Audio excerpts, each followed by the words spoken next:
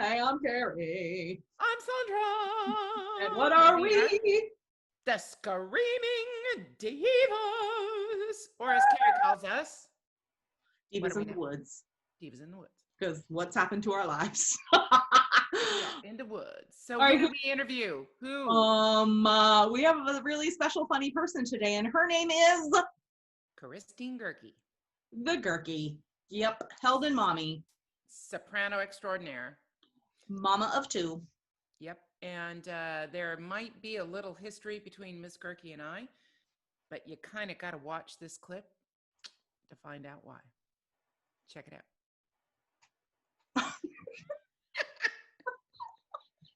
Fine. But you didn't even know you had that hair, Christine. I didn't. I used to get perms because the 80s. I know. It was not good. I know. Can you believe that? And as did I when I was younger. Okay, I didn't know I had this. It was the 80s. We all got them. We also had bi-levels. Oh, yes, we did. Yes. That was a mistake. Oh my God, you guys are cracking me up.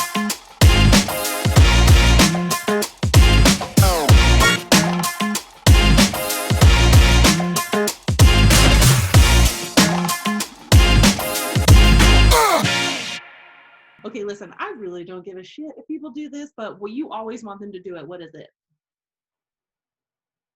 Brush their teeth. Floss, please, floss. Subscribe. Just push the button, people. So, and then maybe we can stop saying this to everybody. I'm not even gonna get the bell out today. No, why? No, It's rude. it's rude. But please. And floss. okay, Yes. it's what? And floss too, please. And oh, please, yeah. My dad always said, floss the ones you want to keep. Ding. Oh my God, that is some hair. Morning. Hold, please. You're not the only one with cool coffee cups the size of your head. Let's see. This. Praise Jesus, hallelujah. Honey, it's not making me awesome yet, but I better damn well start working soon because I need all the help I can get. Oh man. Good morning. How come 10 a.m. seems so early this morning? Listen, I don't know. We have to do something about the whole time thing. It's not working out in my favor. And No. I sound like a bass. Girl, I'm turning up the volume because I want to hear all that bass. Mm-hmm. Wait, okay. Duncan is in the house. Just saying. Well, wait. Well, she's showing off her t-shirt. I almost wore this because this is really how I really feel like this. Okay, I have nothing cool to show you, seriously, other than the fact that my kids put this on the side of the, what is this on the side? Kleenex. I don't even know what this means, but that's the most graphics I've got for you this morning, and whatever the hell this is. So Okay, that's pretty cool. I don't know. I want to talk about that. What is it like being home all this time and kids and school and crazy insanity? It means that this is usually filled with bourbon. Is that on the keto diet? Bourbon totally is. Yes. Yes. I can't put mixers in it, but bourbon legal. Yeah, no, it's look, you guys are probably going through this too. It's a mixed blessing. How long has it been since we have been able to spend this long in our own beds? So that's amazing. Right. But at the same time, it's tough. There's no right way to parent when we do this for a living. Some people, their kids are super cool with being on the road. My kids are not. They need the stability of being in one place, and we saw that really early on. There was a lot of, you're not here. Oh. Guilt, true, awful, guilt. true. But now that I'm here, they're like, can you go back to work? And I'm like, Oh, that's so, be careful what you wish for, kiddos. Okay. Sorry, Christine. You Your just face froze on a really great picture. And and another one. That looks like a middle finger. Christine, you need to plug in your computer. Oh yes, I got the screenshot of the frozenness because you were going like this. It's really good. I'll send it to you later. I think we all need to laugh today. Yeah. I am in desperate need of laughing today. It's been a rough weekend. I'm sorry. What's going on? You want to talk about it? Yeah. Oh, well, no, I mean, I just, the weekend Remember, was we are coming an and I edited was, show, right? yeah, no, whatever. It's fine. I was doing good and looking forward to the weekend. And then I just started getting text messages from everybody on Friday saying, do not turn the news on. And I was like, okay, well, you tell me not to do something. Of course I'm going to do it. And yeah, we cried for a couple of hours at my house. And it's a rough time for the world right now. And every loss of good and righteous it's a blow. And especially right now when we are all sort of clinging to the light, to have a bit of it extinguished is difficult. So yeah, but it's okay. The sun is shining. We're all still here. Yeah. And I don't think that she would want us to be that way. I think, I mean, in talking with her, I think we all have talked with her numerous times. I mean, she was a fighter, man. And I think she'd be like, y'all need to get your, as Sandra says, poop in a group. And band together. And the best thing you can do for me and my legacy is get your ass to the voting poll and vote. So, well, and not just that. I mean, the thing that was so miraculous about this lady, aside from the fact that she was one of the most brilliant minds of our time, is that the adversity that woman has faced her entire life and just gotten it done, right? And I mean, I keep thinking of all the things that I want to accomplish, and I think, well, there's so many reasons I can't do this. But so what? look what this woman stood for. Every time I feel like I can't, I think, and I was like, no, actually I will. So that's what I'm taking away from this, and that's how I'm planning to honor her legacy, and we move forward. Absolutely. Let's just hope that another woman can take over her position. Or, well, let's hope it's the right woman. Yeah, it's true. Oh my God. When I was reading, I was like, oh Lord. Oh mercy. No. Yeah. There's always this option. I am missing this option. What's happening? I'm going to go to gallery view so I can see you both at the same time. Oh, there you are. This option. Girl, don't think I Canada. It. Except, who's going to stay here and fix this nonsense? That's true. Yeah. I mean, well, I'm like, well, I don't know. Well, I don't know. But no! Listen, I am a very large fan of our neighbors to the north, as you know. So, we take it one day at a time. That's all we can do. Well, you know what? I got the best of both worlds. Yeah, you do. So, tax issue thing aside. Okay, aside. That's a lot of things. Who's on the phone with my husband right now, Ms. Goerke? Someone you used to date? Oh, Jesus. Why is he on the phone with your husband? I have no idea. Speaking of randomness, like why he even called. But yeah, I think my husband just slammed the phone down. Oh, that would be such a shock to hear. Okay, we need to backtrack a little bit. So I'm actually going to interview the two of you just for one moment. So you two diva drama queens. Okay, listen up. So I don't think that everybody knows this, but you two go back a really long time. You guys know what it's like to hang out with your bra off and talk about everything. So she's my sister from another mother. Exactly. That happened. Yes, that did happen. Okay, so who wants to go first? How long have you known each other? Boom, go, Sandra. 25 years? 5 years? 24 years? 25 years? We're rolling up on rolling up on 26, but 25. How did you guys end up being roommates in New York City when you were in the Young Artist program at the Metropolitan Opera? Right. Why, Miss Malcolm? I'm going to let Miss Goerke answer that.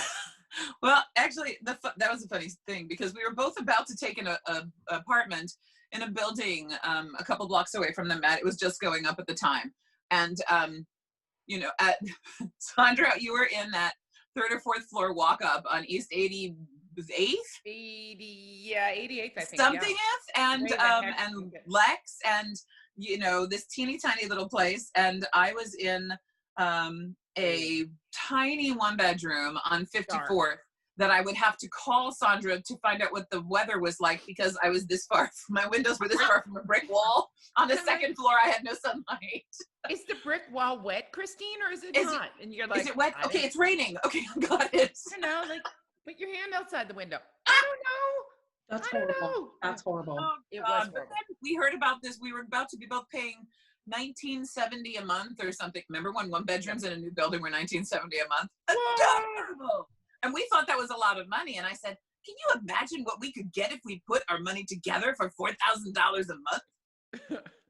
So we started nosing around and we spoke to a very nice realtor who said, I have the place. And we were like, cool. And he said, all right, now it's been on the market and it's not been taken in 2 months and they're desperate. So you're going to need to offer them less money. And I said, okay, well, who wants to do the talking? I was thrown right under the bus. You do it. All right. You do it. I'm not going You to do it. So we walked up to the building that is on the corner of Central Park South and Columbus Circle. Yep. And we Where thought, it was? Yeah. It was only $4,000 a month? Yeah. well, it was at the time, and they were desperate. And we walked in. It's a gorgeous apartment. I mean, it faced 58th Street and the garbage cans, but it was on the 10th floor, and beggars can't be choosers. Okay, so how much? Garbage day was really fun. It was a great place. So they said, right. So, and I said, listen, I don't suppose that, you know, this is what we do. I don't suppose you can take $3,500 a month. And they said, absolutely not. And I said, well, look, I completely understand. It's a lovely place. I'm sure somebody's going to snap this up any second. You have a good day. We started walking. And I'm like, we're like, Christine, wait. Christine, no. You got it So for we went back in. $3,500? Yep. That's what the guy told me to ask for. But when we went back in and I said, and we're going to need a 2-year lease. And she's like, absolutely not. The realtor was like, what? But she agreed. She did. So did you live there? 2-bath, fireplace. Working fireplace. Amazing. Right. Okay. So any epic parties there that we can gossip about? Ooh. Sandra did not know I was going to ask that. That just kind of came out like right now. I'm going to go ahead and have a sip of coffee and pretend it's tea. Okay. So were you like, you know, sometimes with roommates, like by the time you're done with it, you're like, I love you, but I hate you. Or I love you, or I don't know. There might have been a moment of that. There was a moment of that. And the funny thing is I actually felt really badly because you know all the things that you know when you're starting out, and then you know all the things that you have so little knowledge by the time you go 5 years further. It's true. And I mean, when you're in the first stages of a career, you have a very specific idea and your idealistic ideas about how this is going to go and how it should be done. And, you know, being 26 years into it, there's no one way this should be done. But, you know, they're coming at it in different directions. And boy, did we come at it in different directions. I was extremely jealous because Christine was a year ahead of me, even though we're the same age. Actually, I'm older. By how much? A month and a half or some nonsense. Yeah. But you know, this was like before cell phones really were a big thing even. So we had a house phone, you know, and Christine was 1 year ahead and she was so much more advanced vocally than me. And so every time the phone rang, I'm like, oh yeah, that's another contract. What? Yeah, totally. What? Yeah, you knew that. I was like, oh yeah. I did not know that. Get out of here. Oh yeah, it's another contract for Christine. And I'm like, when is it my turn? Oh, I don't know. Now? Serious shit, man. Isn't that funny? That's ridiculous. Yep. Oh my God. Yep. So there you go. Carrie's like, oh yeah, there you go. Gossip. No, because the funny thing is that, you know, I was all set to like break the mold because I was like, you know what? I am 6 feet tall. I have this ass. I will always have this ass. And I am not going to be like dragged into, am I allowed to say that? Because I totally did. Oh yeah. Yeah, we're not PG rated. Well, Carrie, I'm kind of like waiting for like Lizzo to happen like right now, like with that ass, you know, like that's what made me like, I was ready for you to like stand up and be like, oh. No, but I mean, really, I'm walking into this and look, I could name the people right down the list who are like, you need to look like this. And I was like, I am 6 feet tall with this ass. I am never going to look like that. And I thought, but meanwhile, here comes Madalena over here wandering in with the voice and the looks and the thing and the Dubonnet of it all. Dubonnet. We'll get to Dubonnet. Color. Wait, just for you today. You're not wearing it. Oh, yes, I am. Why are you sassy? Well, excuse me, but Dubonnet is the best lipstick color ever by MAC. Well, okay, fine. But it does not go with fuchsia. So I bagged off today. Sorry. It was you know what? It was a great time because I think that having your best friend in a business where people don't lift each other up but break each other down, we were constantly there for each other. And when we would come home and have a really bad day, or, you know, somebody said really something stupid to us at the Met, which never happened. No. Never. We were there to lift each other up and to support each other and say, you know what, tomorrow's another day. And no, you don't actually suck, Sandra. Mm-hmm. And I mean, I remember one day an employee at the Met told Christine, because, you know, we didn't make a lot of money in this young artist program, and paying that rent was difficult. And I remember one day somebody at the Met said to Christine, remember that what you wore that one day? She was wearing leggings. And this person said to Christine, you can't wear that. She's like, well, are you going to pay for my new wardrobe? And exactly. I mean, that really made me bananas. But also, that was also part of my I'm bucking the system thing. Right. But I remember you came home and you were like livid. Well, I was, because how dare you say that? God bless them. I was in a staging rehearsal in Sea Level, you know, and I mean, bless them, they do their best to keep things clean, but there's dust in there from 1966. Right. Along with the same cold virus that has been in the ventilation system. So that just, they do what they can. But if we're rolling around on the floor, right. And I literally said this to them, and I said, listen, if I'm going to be rolling around on the floor, you want me to put on a silk pantsuit or something? Forget it. I'm here to work. And, you know, just doing that while you're in the Young Artist program, when you're supposed to be like, oh, yes, of course, of course. I'm like, I'm not doing this. I'm not doing this. I won't do this. I won't do this. You'll just have to send me home. Oh, I did that once. In a rehearsal. Gosh, I think it was Götter Dämmerung, and I got all dressed. We'll get to that, by the way. What? We'll get to why you. How did you end up with Elektra and Götter Dämmerung, and I didn't? But go on, please. But how times have changed, though, because I mean, honestly, right now with rehearsals, you see everything across the board what people wear. I mean, most of the time, like half of us are in like Athletica or whatever it is, or Lululemon or oh, yeah. I mean, I don't know. Now, I will never walk in a pair of jean shorts and a tank top. Thank you very much. But I've seen that.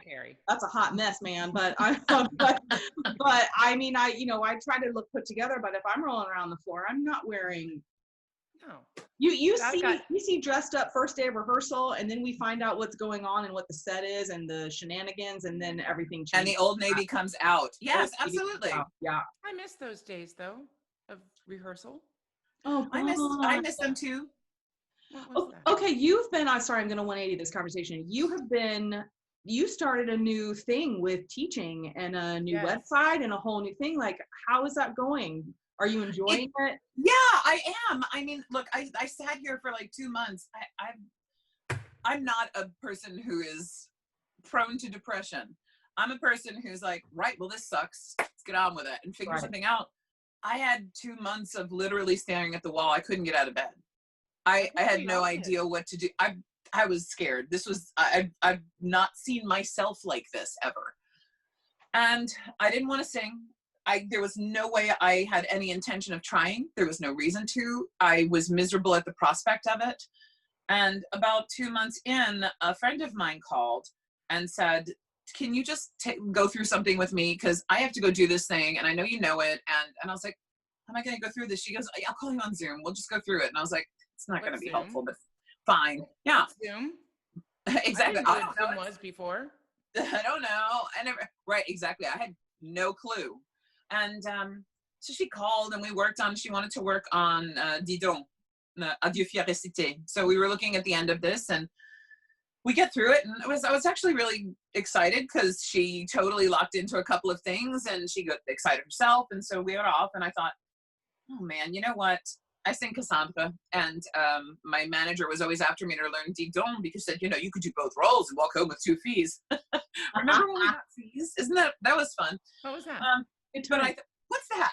So I said, you know, maybe I'll just sing through this for fun. And I did. And then I sang through all of Cassandra's arias. And then I busted out the Liebestod. And then I took out, you know, Santuzza. I vocal vomited for like 3 hours. I couldn't stop. And suddenly I was like, right.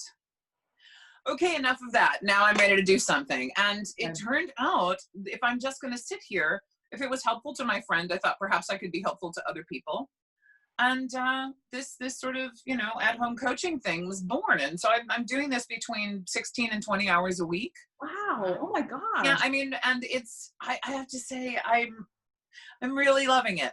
I'm loving it. I'm surprised. You know, Sweetwater owns my life now because I bought all the tech that I'm still trying to figure out how to use. But is this your next step? Do you think this is the next? Are you ready to just teach full time? Do you think, or no? And in fact, that's not what I want to do. Oh, I was wondering if this time off was going to make you kind of think about, you know. Oh, I've always known where I was going. I just thought I had another 5 or 6 years. But now, listen. I know no one's written the next chapter, but I want to run a company, and I always have wanted to run a company. And with that cap on, I can see how it is going to be very slow going as far as what repertoire is going to come back first. And my repertoire requires huge forces and tons of people on stage and in the pit. And that's going to be a difficulty past when we open. And so I am chasing down friends who are doing orchestral reductions of everything that I do, which I'm here for. Yeah. But the grand scheme of what I would like to do someday is I would like to run a company. I would like to get into administration because the idea of actually leaving the opera house, it hurts my soul. Yeah. So I know what I'm supposed to be doing at some point. Am I ready to stop singing? No, damn it, I just figured out what I was doing. Yeah. So I'd like to hang on for a few more years. And let's be honest, I'm ready to roll up on, like, you know, the Mother and Hansel and Gretel anytime now and let y'all go back and have the first dressing room and pick up your train and be like, yeah, you're going to do great. And I'll just sit back there and have my coffee. Yo, I earned it. I'm ready. Can I ask you, because Carrie and I have never had children. And I've never really asked anybody, what does that do to the voice and not only the voice, but your body, your singing apparatus? How about that? After having a child. I tell you, the funny thing is actually singing pregnant. It's so great. Because well, think of it. Are you guys tighter or looser corset girls? Oh, I love it tight. Oh my God. Tight. Yeah, me too. I'm a tighter girl. So guess what? Here's this little nugget who's like, hang on a second. Let me just hold all that up for you for 9 months. Oh, I'm like, cool. please don't come out. Because I'm lazy. Fine. So it's, I mean, also hormones. And people did warn me. They're like, listen, I mean, things will change. And 9 times out of 10, you will end up with more richness in the middle. And I was like, well, oh shit, but okay, yay. So, but it did happen this way. You know, things changed. And it did feel more like, instead of what I would always go for, like hourglass, you know, it did start to feel more like a column. Vocally. And just as far as placement goes. And it did all change. My rep, you know, there was always, Sandra and I always went through this. I'd come home and be like, I'm a soprano. Oh, somebody thinks I'm a mezzo. Oh, no, I'm a soprano. Oh my God, somebody thinks I'm a mezzo. Whatever, it turns out, doesn't matter. Yep. But that color and that placement, that's where it changed. My passaggio dropped from, gosh, when I was in my 20s, it was like, you know, E, F sharp, where most sopranos live. My passaggio, my soprano, where are you, soprano? Yep. Right, she's yup. Yep. Yours is still there, isn't it? Mine actually went higher. My voice so is weird. Higher through menopause. Yes, but did your passaggio go higher? Where is your passaggio? G. Oh. I have a sustained E natural, and on a good day, an F. Queen Why do you have to show off, Radwanowski? You're a weirdo, but I love you. I'm a freak. Yeah. You're a show off from hell, but I'll let you get away with it. Hey, listen, I was waiting for it to like go through menopause. Now that I'm done with menopause, I was like, please go down lower. Okay. Why? Wait. If I had a high sustained E, I'd show that off too. Like, hello, bitches, watch Right. this. Right. I just wander right in there. Yeah. I might be singing the bolero from Vespri with a high E natural soon. Don't jinx it. I know. Never mind. No. 45 minutes long. I'll be out in the front row throwing money at you. Like, no. Get your bills ready. No, it's coming. Get your bills. No, right now. Go. Throw them. But it's interesting. Babies in menopause. Like menopause. I don't know if you've gone through it yet, Christine. Okay, so I actually don't know. Look at all the things your viewers are going to find out about me. This is amazing. It's some people don't talk about menopause in this business. No. It is No, I'm here for it. It's cool. So first of all, the baby thing, yours went up. Mm-hmm. My passaggio now is B flat to D in the middle of the staff. Whoa. I know. Okay. And I'm always every time I get in there, there's an open vowel. I'm like, oh, shit. Yeah. Whoa. And guess what the first two notes are? Electra. Yeah. Oh yeah. Good times. On an ah vowel. I walk out there and I'm like, don't be scared. Yeah, but that's the right thing. He's like, bring it up. So what have you done? What have you done going through menopause or whatever? Right. So the thing is, I'll let you know. I don't know actually if I'm in menopause yet. And as of a year and a half ago, I have no uterus. Hey everybody, now you know that about me.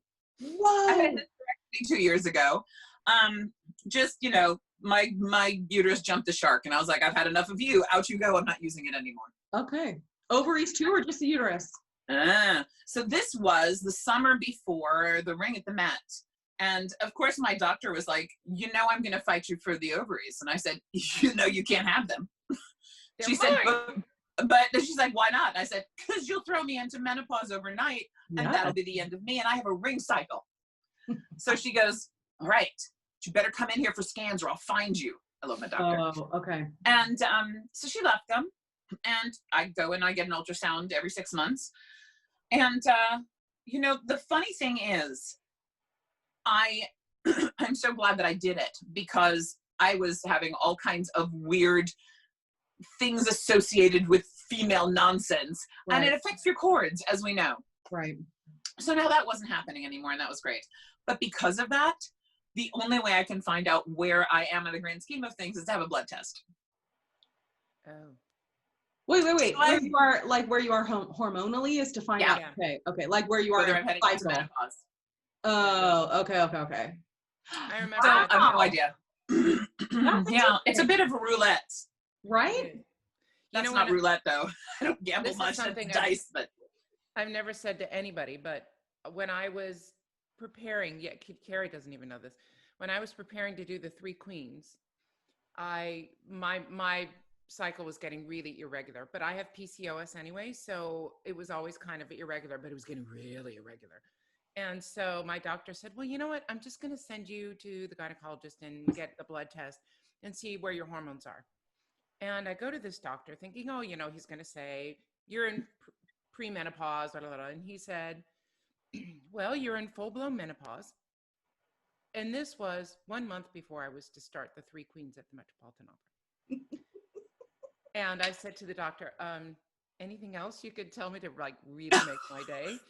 And he said, well, hormones. And I'm like, oh no. Right? I'm an opera singer. I'm not going to do that. And he said, well, no, it'll make your voice better. And I said, do you really know that? So how's your uterus, sir? Exactly. And it's, I call the voice doctor that did my vocal surgery and said, excuse me, but off the record, will you tell me what do hormones do? And he said, quote, it can make the voice highly unstable. Yes. And like, girl, I already got that going on. I don't need anything else. So let me tell you this exactly. The stress of doing the 3 Queens and then the uncertainty of knowing what the voice was going to be like from day to day, not like from week to like day to day. You would wake up one day, it was great, and I went and sang Anna Bolena. I was like, oh, high C soft was there, and the next was like,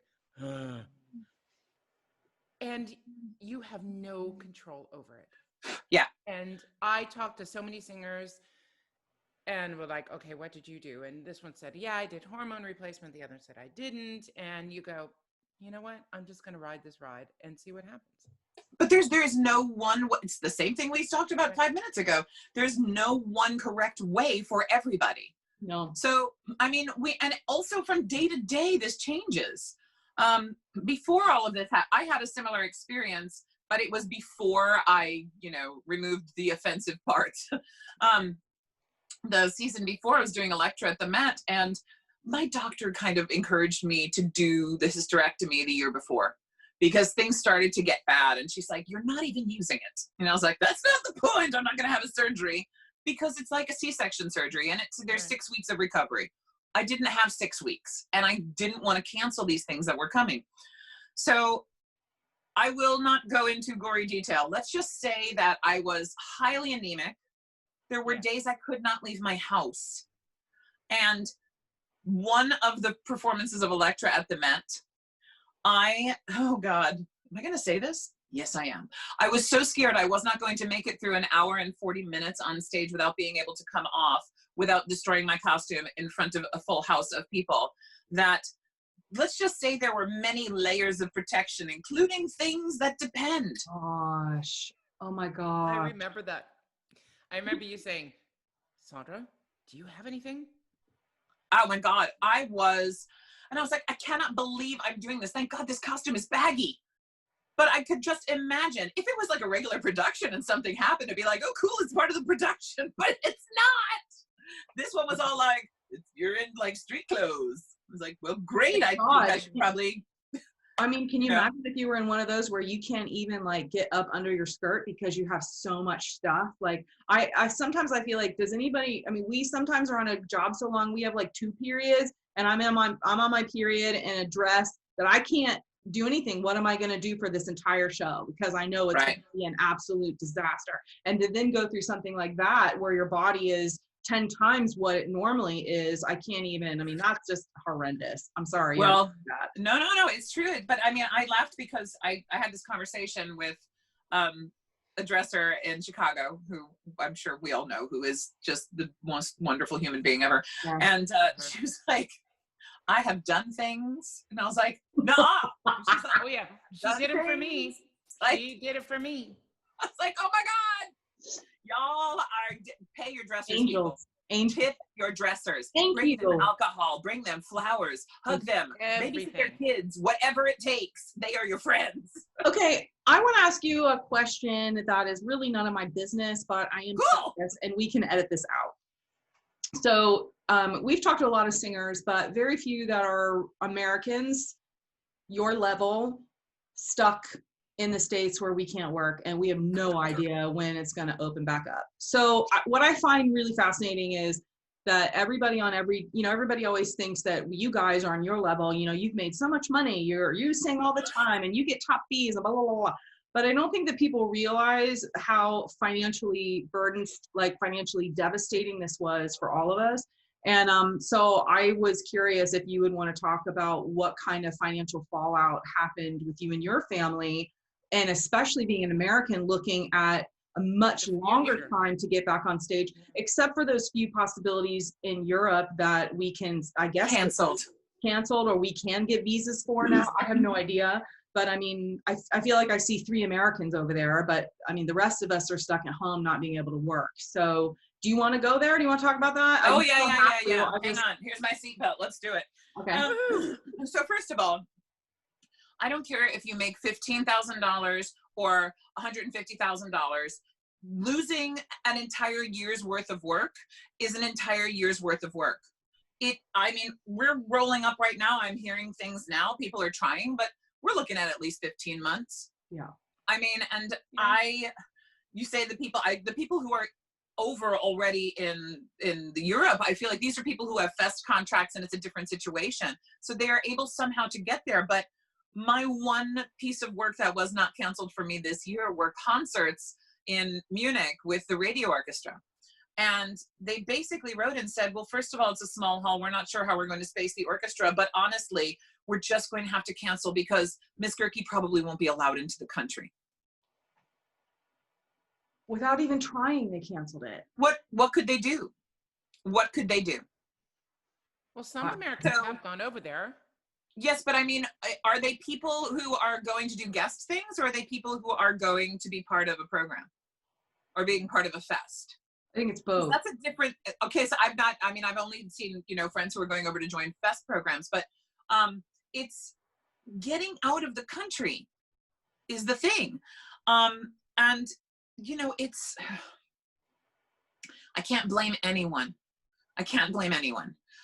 I am making masks. I am wearing masks. I am doing everything that I'm being told to do to try and keep everyone else safe. Right. And I mean, it's so difficult when I don't just see people wandering around, but I see colleagues blatantly, just not complaining, even bragging about being and showing that this doesn't really mean anything to them and thinking that this is a hoax. And it's so difficult when I hear people saying things like that. And I had, friends end up in refrigerated trucks in New York City a couple of months ago.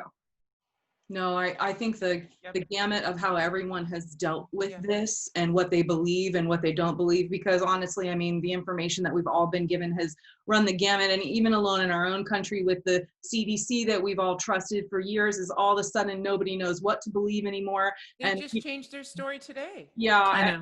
It's so frustrating. And so, but I feel like in the United States specifically, because it has been such a shit show, I find the financial fallout for all of us on whatever level it is enormous. And I mean, I'm really lucky that I feel extremely lucky that I have a husband that has a quote, I always call it a normal job, a quote unquote normal job, and that it's actually they're doing well and the company's surviving. And so, but there's always that thought in the back of my mind. I mean, what happens? I mean, what do we, I mean, are all of our forward from here? Yeah, what are we doing? How do we figure out how to make money? I mean, teaching is a viable option, but all of us can't start suddenly be teaching. Well, and also, I mean, I've seen a drop off too, because, school started. I knew that was going to happen. Right. And people they're registered in school and they are not taking a gap year. And so they're getting their lessons and coachings and things covered, and good.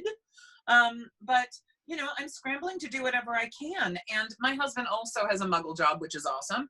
And well, I love that phrase. I love that. But the thing is that he has had to take care. His mother is in assisted living, and it's very costly, right, and it's not covered by things. So he and his brothers have to take care of that, plus extra nurses.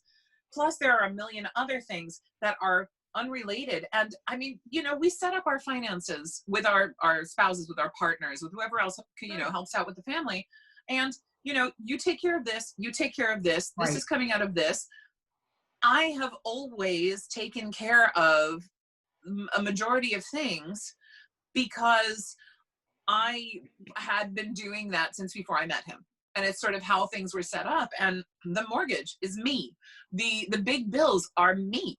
All of these things suddenly, I mean, we refinanced my house and I took money out against the mortgage, which made me really mad because I ended up taking out exactly what I've paid in over the 15 years we've lived here. So I'm back to square one. Oh, but we have a roof over our head, right, and we have some money aside for an emergency. Okay. And that is all I can hope for at the moment. So I feel very lucky that I had something to borrow against. Exactly. There's a lot of other singers, not just in the US, but worldwide, that didn't plan this way. And luckily, or we're living paycheck to paycheck, job to job. And luckily, all three of us have husbands that are very frugal. And all three of us, I think, are quite frugal. And, we can survive for a little while longer. But if this keeps going. Well, and there's the next question. It's not just keep going. What is it going to look like when we come back? And that's it. What do you think? What do you see the future of opera being? Look, I think that we are in a place now where the digital content is not going away. I think that it should be an accompaniment to what we want to get back to. It is never going to be a substitute for live performance. Thank you. You know, there is a visceral connection that happens between the stage and the audience. There's electricity that is passed between human beings, and that's the magic of what we do. Right. So what we are offering up right now, I'm so grateful for it. And it's a necessity, because when people sort of think about, well, you know, I mean, it's just, you know, opera. Okay, but you know, when everybody gets upset, what's the first thing that they do? They turn to music somehow, whether it's opera or pop or, you know, oh my God, that Queen song is going to make me feel so much better right now. I was Queen first. I'm like, no, it's where I go. I'm like, Freddie, lift me up. But I mean, we connect with music. It is as much a part of our soul as anything else. So people are desperate for this. I mean, I dragged out my giant speaker from my music room and plopped it on my porch, and I WhatsApped my entire neighborhood, and I was like, guys, bring chairs and like come over and hang out, because I'm going to be making noise for 2 hours on my porch. Do you know, like 50 people showed up with lawn chairs, and I stood on my porch and I did a concert for them. And that's cool. I mean, just because, and they were so grateful. They keep texting me like, when's the next one? And I was like, it's cold. I'm cranky, so not now. But because but this is the thing. It's like we are desperate for that connection, the human connection. I feel very strongly that we need to be doing more right now. We need to be getting out of the theaters while the weather will allow. We need to be doing things in a safe way. I feel like this society, especially in the United States, we are so much driven by lawyers and liability that we are not willing to take chances. And while I totally understand that, we have to change. We have to find a new way, or because the models that we have right now simply won't function. It's broken. I'm sorry. It's been broken for a long time, though. Don't you agree? Yes. But you can't even, I mean, even if you wanted to do an outdoor concert, because in this country, every county, what city has different rules for whatever. I mean, you could plan this whole thing and then the whole thing gets shut down because you can't gather more than 10 people together in one place. It's really like, I don't know how to get around. I need somebody way smarter than me to figure out how to get around all that, because that's a hot mess. Things are being opened up. Now, like in New Jersey here where I live, they are now allowing indoor performances of up to 20% or 25% of the audience. Cool. And if that is the case, I mean, people are doing things outside all the time, and they do impromptu things where they like roll up and don't advertise it and they just do it. All right. Okay, I am very excited about this. I am connected to Michigan Opera Theater. My family lives outside of Detroit, and I have I just joined the board of the Great Lakes Chamber Music Festival, so I've got a Detroit tie, and I have kind of fallen in love with MOT, and I love the size of the company. I love what they do. I see that they are trying to make a vision for the future, so I'm really excited to be involved with that company. They have just named a new artistic director and Yuval Sharon, who is just, I mean, if you want to talk about thinking outside of the box, this man builds his own box and then jumps in it, so which is awesome. And so he's like, he called before he was officially announced and said, I have a really crazy idea. And I was like, cool, I love crazy ideas. He's like, so you know the company owns the Opera House? And I said, yes, they own the parking garage also, which makes them super financially stable. And he goes, about that. And I said, I cannot wait for this. In the end, it's now been announced. He proposed that 8 to 10 cars drive in each level and see a scene from Götterdämmerung all the way up the levels to the top level where I'm going to be doing excerpts from the immolation scene. Cool. And I started laughing and I was like, it's Detroit. You should call up Ford and get a Mustang. That could be Grana. And he goes, okay. And he did. When is this happening? I'm here for this. It's happening next month. Wow. October 17th, 19th, 21st, or 16th of October.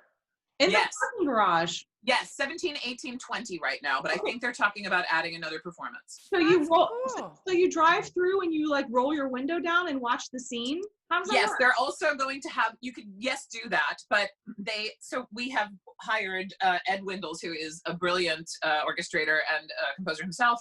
He's a friend, and he has done a really tiny reduction. So I have something like 8 instruments. I believe the Valtrauta scene, I hope I'm not talking out of court. I'm sorry, Ruth is on my mind. And I think the Valtrauta scene has very limited things with like cello and things, but it's going to be really cool. And so we will have, because it's outdoors, we will have a microphone and it will be transmitted to their car radios so that it is super safe. And people will drive up and it will be that excerpt, and then they will drive to the next level, and there will be some sound bleed, and that's intentional. But these scenes will all be going on at the same time, and we're going to have poetry written by a Detroit-based poet they're going to explain what's happening in between the scenes as the cars drive up.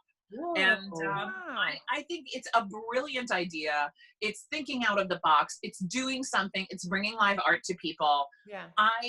I am here to recreate. I think that's what we have to do. We cannot abide what was, because what was will never be again. Oh, that makes sense. But it's not that some of it won't, but it will never be exactly the same. And no, it won't. I feel like this business has kind of been stuck since 1984. Oh, keep going. Exactly. I mean, it's like, the reset button got hit, which apparently looks like my hand, because I just hit, what the hell is that? All I know is that there was something about that car thing that just made me think about car snacks. Like, how fun is that? Okay, also that, yes. Carrie. Yes, you did. I'm like, ooh, because road trip always means like some fun gas station food from the gas station. And so yes. Can I just call that dude? I don't remember what you said his name was, and be like, hey, can we set up a menu of car snacks? And do you know what? Can I just tell you something? Oatmeal cream pies. Hello. Hold on. I'm going to find out if people actually thought of this, because if not, then we should get some of the local food trucks to set up and like allow people to purchase boxes to like bring things in. There you go, and sit and eat. Maybe you're so smart. Maybe in advance. Maybe in an advance thing. Exactly. As they drive in, they can be handed their boxes of food. Bingo. Yeah. And have it be a theme. Fine. Like where you'll have like s'mores or something, on fire as they hand them in. It'll be great. Debbie roll. What are those chocolate roll-ups? Like I love those. Oh, Little Debbie's. Oh, Little Debbie's are. See, I'm a Drake's Cakes girl. I'm from Long Island. But Yodels also. You guys, whatever. I mean, come on. Hey. I'm just saying that Drake's Cakes rule the world. Whatever. Oh no. Road. Okay. I got a question for you, Goerke. Oh, okay. So I want to pivot. I hate that word. I really hate that word. I want to know, how does a singer know when it's time to move on to larger repertoire? Oh, God. English. The singer doesn't have to know. Your voice will tell you if you're paying attention, which I wasn't. Well, no, I'm not saying you, but just in general, how do singers know? Because I know that you had that huge pivot. I did, but the thing is, how did you know? But I mean, we all have a pivot at some point. Yep. And I feel like I'm talking to a lot of young singers. I'm actually, this is the cool thing. I apparently have become like I'm not sure where I live, Fach-wise person to come to. I'm here for it because that's awesome. Right. But I am encouraging folks. They're like, I don't know. I kind of feel like I want to try this, but everyone's saying it's too soon. And I said, so here's what the best advice that I had ever gotten. And I got it too late. But I was happy that I had the verification of the way that I was thinking. I was so nervous, and I was asked to look at Brunhilde for a ring way earlier than I did it. And I thought, this is too soon. I was 36. And I was like, this is too soon. But I thought, I know who I need to ask. So I sent off a message to Deborah Pulaski. And I was like, you have always done everything with your voice. I think it's too soon. I think I'm too young for this, and blah, blah, blah. And she's like, God, Americans are so concerned with numbers. And I said, okay. What are you worried about a number? Why does your 37 look like somebody else's? Does your voice sound like somebody else's? Does your body look like somebody else's? The thing is, and I am encouraging everyone to do this, try it on for size. You're not accepting the role tomorrow. If there's something you want to sing, especially right now, good God, is there a better time to try stuff on? Well, that's why I wanted to ask that. I mean, do you feel, because I feel like my voice, having taken this time off, it was a gift, because I needed to shut up. Needed it. And the voice responds by giving it that time to rest. And I feel like, yeah, now's the time to really try that stuff.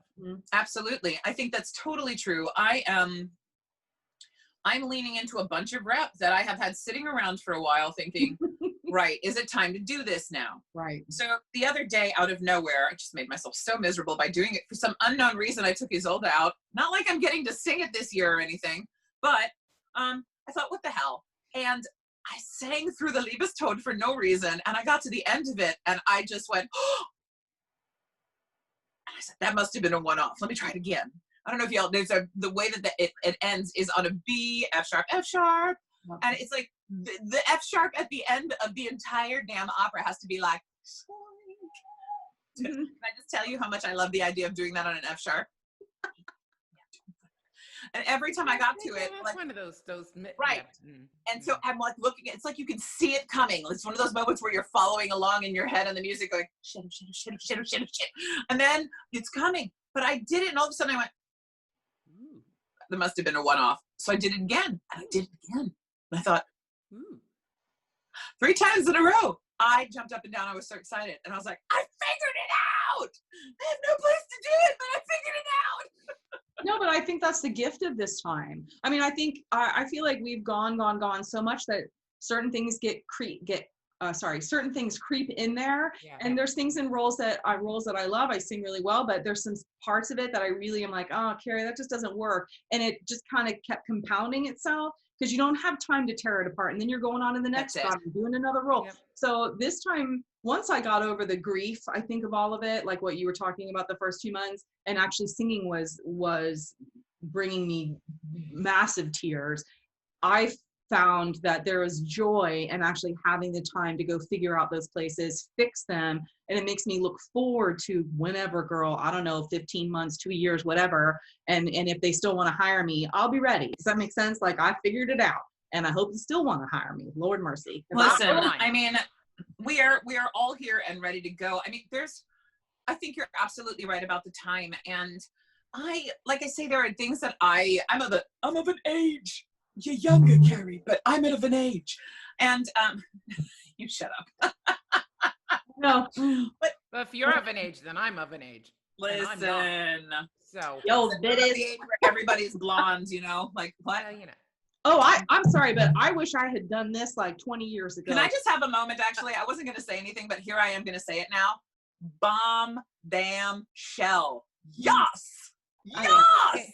Can I just say, how many years did I try to get you to be blonde, Miss Carrie? Shut up. Oh my God. I am not going to lie. It's gorgeous. Thanks. Gorgeous. Thanks. And I'm looking at you two and going, oh, I need my highlights back. It's a little dark. Okay. But I think it looks great. I love you both. And you both have this amazing, like, curly hair that's so fabulous. My mom has that kind of hair, and I've always wanted it. I never got it. My brother got it. Sucks. Grass is greener, lady. Grass is greener. This is the most controlled it's been in, like, weeks. I've been like, oh, look, it's a triangle today.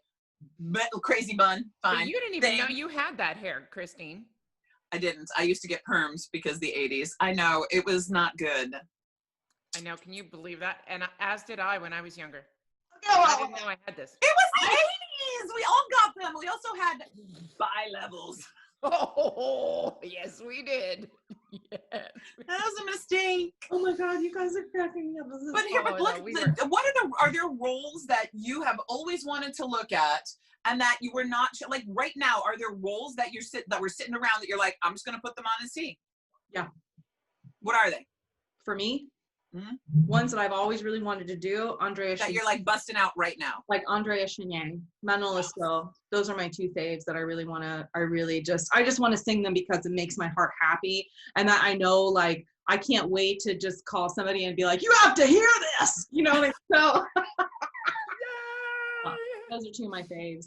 There's also like For Angelica, there's the Tridico, you know, Il Tridico, like all these things that I really were on the list. We were talking with people about, and then, you know, shit happens. And then the hardest part, let me say this, because I don't know if this is happening to you too, but with everything canceling and everybody shifting the same season or a lot of the same stuff, that took away things that I was penciled in for or were being talked about, because, and now I'm like, oh my God, if we actually do come out of this, like, where is the work gonna, what work? Okay, but take a deep breath about that, because that also means that people are going to be scrambling and shuffling, and they're going to be putting in different repertoire. And also bear in mind, I love our colleagues from all over the world. But right now, I spoke to a friend who told me that her first available visa appointment is August of 2021. Thank you, Ms. So I've you heard really this. don't know what's going to happen. And, right? Well, exactly. It's, you know, so maybe that will be, you know, for once, Americans will want to hire Americans. I think it's what needs to happen. Thank you very much. And that goes back to what I want to do. Yeah, because I want both of you to answer that question. Like, what are your, you know, what are the roles that are still on your bucket list? Like, what are you? Oh, well, I'll get to that. I'll tell you those in a second. But the thing about the Americans, I said that I wanted to run a house. I don't just want to run a house. I know that New York City Opera is back in whatever, you know, capacity that it can be, and they're doing amazing things. But what we need is the house that Beverly Sills had. We need a house for emerging American artists, not a young artist program, not, you know, something that is like a 3-week program or a summer festival. We need a straight up company for emerging American artists. And I want to make that happen. And I'm not repertoire that the other house won't do. Well, that's the thing. And find the way to bring in those artists who are needing to get on their feet, who just need stage experience. And we have to lean into the fact that we used to have, you know, gold and silver casts, A and B casts, and the audiences were excited to see the next generation coming up. Right. They still are, but we have gotten away from that to this nobody but big stars mentality. And that is not, it's detrimental to the existence of what we do. Well, there won't be a future of opera if we don't encourage and nurture those young artists. And so I agree. Well, we need a future. Even the ability of, like, let's say Sandra was singing Tosca at the Met, and they said, Carrie, we want you to cover as I was growing up, those covers sometimes went on, and it started their career for both, you know, but that's not even an option anymore. There's no they don't option do that anymore. for that. Well, we need to fix that.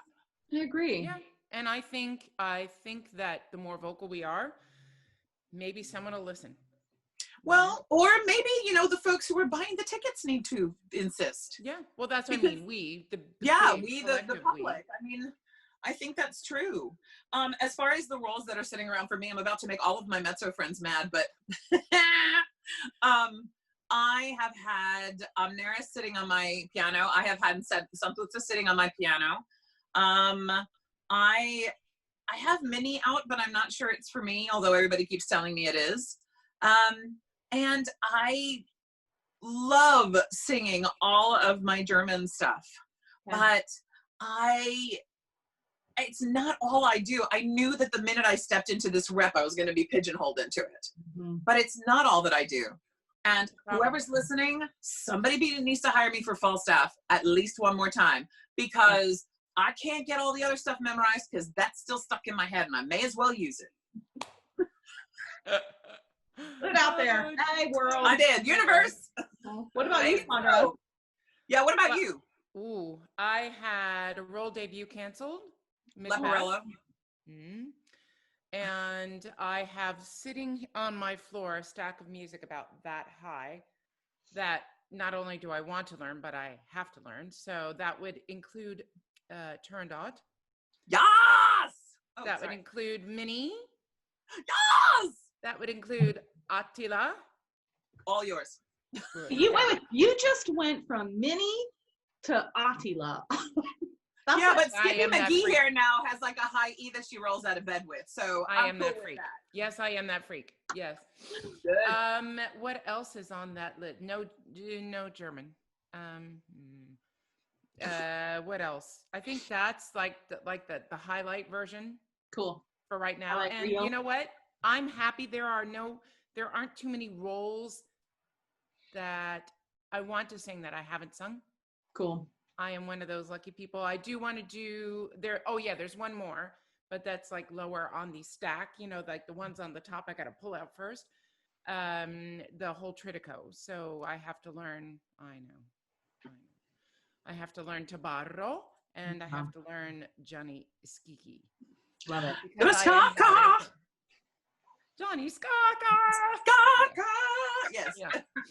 But I mean, look, I'm 51. Is all this going to happen? Who knows? But I feel like I'm singing better than I have ever in my life.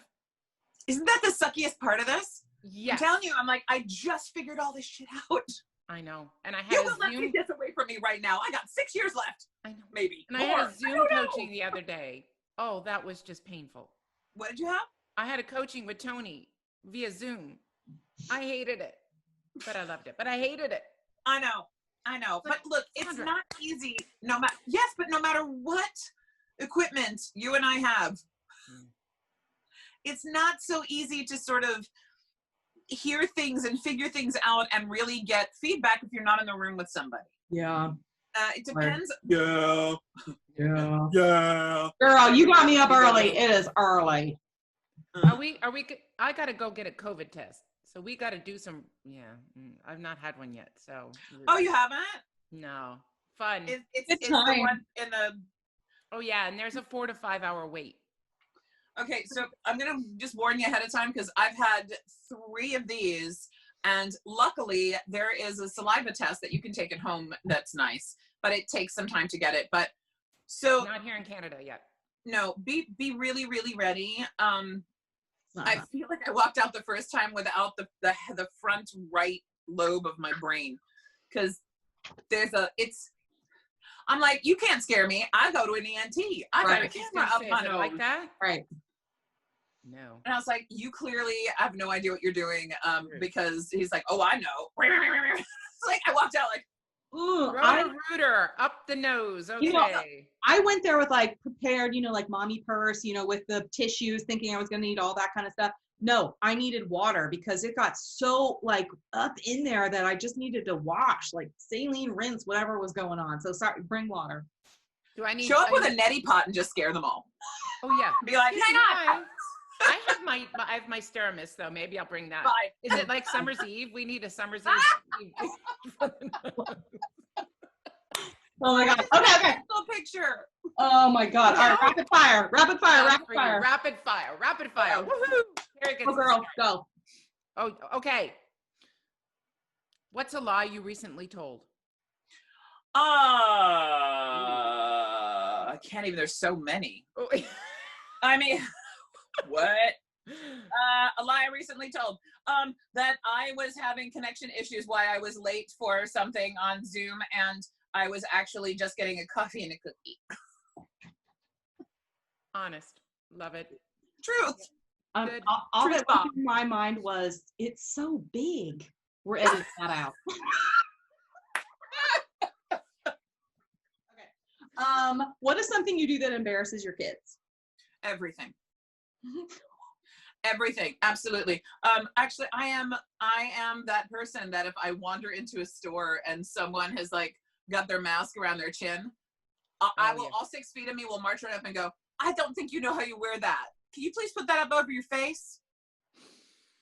But don't take a chance with my health or somebody else's because I'll get up in your business. I can't do that here because you're allowed to carry guns on your hips. So no. I live in New Jersey. People carry them wherever the hell they want to. Oh, yeah, you don't got to have a permit either. Yeah. Right, go ahead. What are 3 things that you have to do in the morning before you get going? Coffee. I have to. This is so dumb because I don't wear a lot of makeup, but I have such red skin. I don't leave. I put my moisturizer on. I put on my foundation and mascara. I don't care if I'm not going anywhere. I won't leave my bedroom without it. So that coffee, and I gotta get a snuggle with my doggo. Oh, Sweet. that's sweet. Okay. Worst costume malfunction you've ever had on a job? Oh, I wonder if that's when there's been a lot. There's been so many. Yeah. I can think of a very well-placed flash that you did on the Metropolitan Opera stage from the wings. That was on purpose though. Yeah, it's true. That's another story. I think the biggest malfunction is I put my foot. I wasn't even singing. How do I do these things?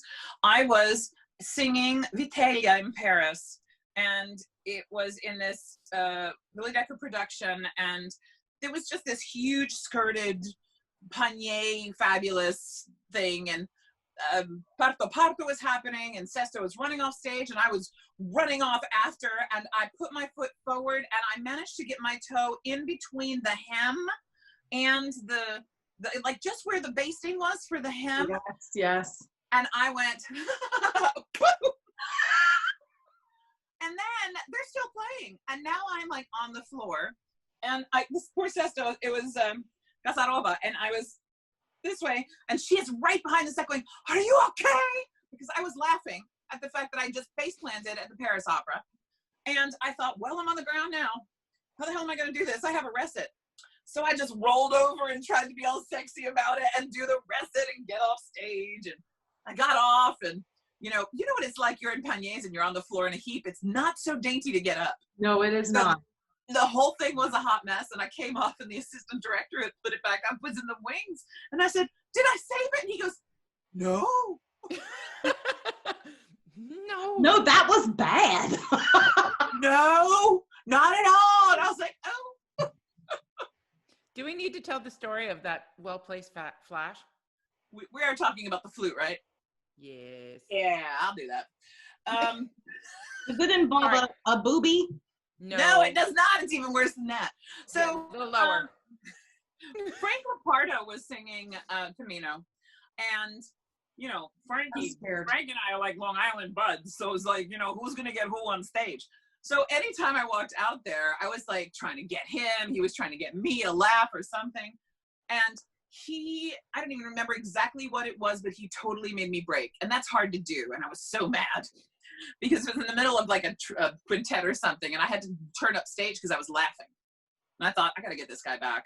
So it was the old production, and Dexter, was that it? I'm not can't quite. Anyway, the end. You're the audience. So Pamina's here. They stare at each other for like 20 minutes while the chorus happens. Then they turn up stage and get little capes on. We're over. So here's Frank. Here's Barbara Bonnie. I'm in the wings right opposite him. He can't move for like 5 minutes. With me. Yeah. Did you Rebel Wilson him? Maybe. So I'm over there going, and he's going like this. I'm going. So finally, after a while, I had gone to Conway in New York, which no longer exists. But if anybody knows Conway, you can get for $1.99 the most horrific granny panties with all kinds of print on them. Oh, yes. Well. Oh! Oops, sorry. And, yeah. Slip them on under all the things. And then I went, and I turned around and I mooned him. And I just stood there and I turned around. He was like this on stage. But the best part was that wasn't in the other wing. I was so proud of myself, and we were cracking up in that wings. But as we looked across into two wings up on the other side, James Levine was standing there. And I turned around, I went, I'm never gonna be home again. Oh my God. Christy and I were like, do we run? What do we do? What do we do? Yeah. What do we do? Oh my God. Oh my Lord. That is insane. But Frank, if you see this, it is still one of my fondest memories, and you are awesome. Oh yeah. Frankie. So what is something you love that nobody else does? What is something that I love that nobody else does? Mm-hmm. Boo, boo, boo, boo. I don't know. I'm kind of boring. I like a lot of things that everybody else does. Okay. I don't know. I truly don't know. I'm a huge Star Wars freak. Everybody's Star Wars freak, but I mean, like, my family thinks that's really dorky. Oh, why? Star Wars is awesome. I think you're a dork if you don't like Star Wars. There's something wrong with you. So that's what I say. What's the worst gift you've ever been given? The worst gift? Oh God. Okay, so this is going to sound really stupid, and it is my 15th anniversary coming up in like 2 weeks, so I hope you don't watch this. Dudes always love to do jewelry. They love it, and I love the fact that I'm so not that person. I'm just not. I never have been. But bless his heart, my husband got me the most gorgeous Elsa Peretti thing. I don't wear a lot of jewelry, but I do like the simplicity of like small Tiffany things. And so like, it's my one thing and I have it and that's it. But he got me this like this huge heart that hangs on like this beautiful chain. And I never wore it. It's beautiful. And I tried to take it out and wear it if we went to dinner, but I just didn't. And then for Christmas last year, I opened up the box and I was like, oh, he bought it for me again. The same thing? I didn't tell him, so I hope he doesn't see this. I'm like, I have two now. What do? And they're like, just take it back to the store. And I was like, I can't return it. It's like you could be like Flavor Flav and have like two of them on. I can clock on one of them and call it a day. It's better than getting a vacuum cleaner for your birthday. Oh, but for Mother's Day, he bought me like paving stones so that I can do my own garden bed. That's cool. Okay. But what'd you get, a Dyson? Yeah. Oh, cry me a river. If it was like, the shark from like, seen on TV, that's like a whole other thing. But a Dyson's like a real thing. I do love my Dyson. Mm-hmm. It was a handheld one. Yeah. I was like, oh. Okay, but that's okay. Lighter. All right, Christine. We ask everybody this question: favorite cuss word in any language? Any language. There we go. Girl, are you joking? You know what's coming. Do you want me to say it? Yeah. Mm-hmm. Fuck. It's it's a flavor flaving particle. I put it in everything. My daughter asked me last night, the little one, when can I curse? And I was like, please, my eldest, she sounds like, she's a sailor in her room all the time now. Oh, no. I always told my kids, look, there are moments where it's going to be acceptable and where it isn't, and you need to learn where those are. If you're using them correctly in the house, I'm cool with it. When you walk out the door, you need to understand that people will not be very happy with someone your age using this language, so please use it appropriately. When the little one was about 6, you may have noticed I am loose with my language, proud of that. She was marching up the stairs. She was furious about me taking her electronics away or something. And she stopped halfway up the stairs and looked at me on the couch and said, you're shit, and marched up the stairs. And that's the face I made, Carrie. I was like, to my great credit, I waited till she slammed the door to fall off the couch, crying, laughing. And then I was like, she used it right. So I marched up there and I said, we need to have a talk. And she said, about my language. And I said, no, you used that exactly right. What exactly are you mad about? And she was like, what you talking about, Willis? So we're big fans of language in this house. And please know when to use which ones. Yeah. There you go. There's a certain time. There's a certain time for it, or it just sounds like there's no meaning behind it. Right. There has to be a reason why you were pushed so far to say something that crass. Right. You know what I mean? Exactly. So save it. And I was like, you go to a Catholic school. Don't like march on in there and drop the F-bomb, please. No. I can't have you being thrown out. Okay. First celebrity crush. Mark Hamill. Yeah. I'm that old. But also really? Now he is, and everybody was like, Harrison Ford. No, see, but also, I'm sorry, it's like, for me, the brain thing. If you go and look now, he's like, and do you follow this dude on Twitter at all? Yep. Come on. Well, no, I don't follow Mark Hamill on Twitter. No. Friend, please, follow him. He is, first of all, he has a huge career as a voice actor. Second of all, he is one of the smartest dudes, and he's such a smart ass. I'm like, I knew I picked the right dude. I still have a crush on him. He's awesome. No crush. Okay. Okay. I don't know. I was ready to have what Harrison Ford. No, not Harrison. Well, yeah, Harrison Ford was super hot, but Star Trek. Oh my gosh, because I watched all that. The original Captain Kirk. What is his name? Is when Shatner. Oh my gosh, I wanted to have Shatner. Like I didn't even know what was happening because I was so young, but there was like part of me that was like, oh my God, like why do I want to have this man's babies? Yes, I do. Yes, I do. You know who mine is? But this is how old I am. Sean Cassidy. Okay, I knew of Sean Cassidy and Leif Garrett. Oh yes, we are. All right, you bitch be old. Do you want to ask the last one or do we need more? Yeah, no. Okay. All right. If heaven exists, what do you want to hear God say as you walk through the pearly gates? I guess it's okay if you come in. I was gonna say welcome home, but I thought, nah. It's all right. We'll forgive you. Get in here. All right. Well, thanks for all the time, Christine. It's great to talk to you. Thanks for laughing. I think we all needed a laugh today, did we not? Yeah, we did. I desperately needed the laugh. I'm not even joking. So, oh, I know. Lady, have a good day. I hope that COVID test is not anywhere near as invasive as it seems. Yeah, I got to tell them like which side to do it because I got that deviated septum. Not that we singers know that, right? But, no, but seriously, they may or may not pay attention, but do try. Right is right. That's what right is right. Left is I'll kill right. you. Right is right. Left is I cut you. Oh God. Exactly. Ladies, such a pleasure to chat with you. Same with you. Thanks so much Cheers. for doing it. Have a great day. Cheers, sweetheart. Stay well. Bye. Bye.